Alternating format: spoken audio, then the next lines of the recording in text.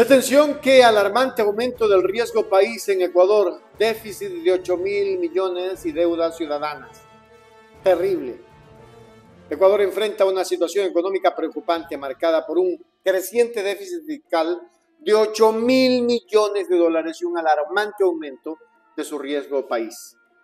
En tan solo 3 días, desde el martes 7 de noviembre hasta el jueves 9, el riesgo país ha escalado dramáticamente, pasando de 1.823 puntos a 1.993 puntos, lo que ha generado inquietud y preguntas sobre los ciudadanos sobre lo que estos indicadores significan para el futuro del país.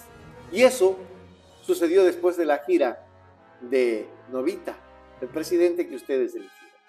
El riesgo país de Ecuador sube sin parar. El martes el indicador se ubicó en 1.823 puntos. El miércoles se situó en 1.934, lo que significa que en apenas un día subió 111 puntos. Y el jueves 9 llegó a 1.993, es decir, está a prácticamente nada de superar el rango de los 2.000, tal y como ocurrió con la muerte cruzada y la incertidumbre electoral. Este significativo incremento se produjo inmediatamente después de las reuniones que tuvo el presidente electo Daniel Noboa con inversionistas y la banca en Estados Unidos durante su gira por el extranjero, cuyo objetivo era atraer capital. Su mensaje no ayudó, pues lejos de contrarrestar la mala imagen que tiene el Ecuador en mercados internacionales, donde lo ven como un país acostumbrado a endeudarse y a luego no pagar, encendió las alertas. Noboa les dijo que hay un alto riesgo de no poder pagar la deuda pública otra vez si no se aumentan los ingresos, y sobre cómo incrementarlos no expuso nada concreto. ¿Cómo va a llenar la brecha fiscal? ¿Qué medidas va a implementar para poner las finanzas en orden? O en términos generales, ¿cuál es el plan económico de su gobierno? Son las dudas con las que se quedaron los inversionistas y acreedores. Lo único que anticipó Noboa es que presentará una reforma tributaria con reducción de impuestos y que va a ampliar el endeudamiento, que requiere un préstamo puente de los organismos multilaterales. Lo dijo ante el FMI, con el que ya Ecuador tiene una de las deudas más grandes. Incluso les expresó su intención de buscar la reelección, lo que tampoco era oportuno o favorable, pues gobernar haciendo campaña a decir de los acreedores podría ser una limitante para la implementación de medidas económicas necesarias, pero impopulares. Finalmente, el anuncio de su equipo económico también fue visto como un desacierto. Presentó a Saria Moya, designada ministra de Economía y Finanzas, como líder de ese frente. Para el mercado internacional, una funcionaria inexperta, de quien creen que no tendrá la fuerza suficiente para manejar la coyuntura compleja que el país, por la falta de recursos, atraviesa con visión técnica. Criticaron que Moya no haya hablado durante los encuentros en Nueva York y en Washington.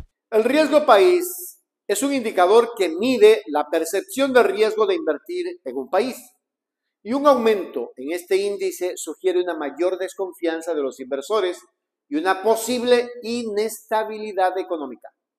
El ascenso rápido y pronunciado de este índice en Ecuador señala problemas potenciales en la economía, incluyendo dificultades y una posible disminución en la inversión extranjera. Este aumento coincide con un déficit fiscal considerable, lo que complica aún más el panorama económico del país. La combinación de estos factores ha llevado a los ecuatorianos a cuestionar la información proporcionada proveniente por el gobierno y preocuparse por las implicaciones a largo plazo para la economía nacional. Es decir, casi quebrados ecuatorianos. En resumen, la situación económica actual de Ecuador, con un déficit significativo y un riesgo país en aumento, requiere una atención urgente y medidas efectivas. Estos indicadores son una llamada de atención sobre la necesidad de una gestión económica sólida y transparente.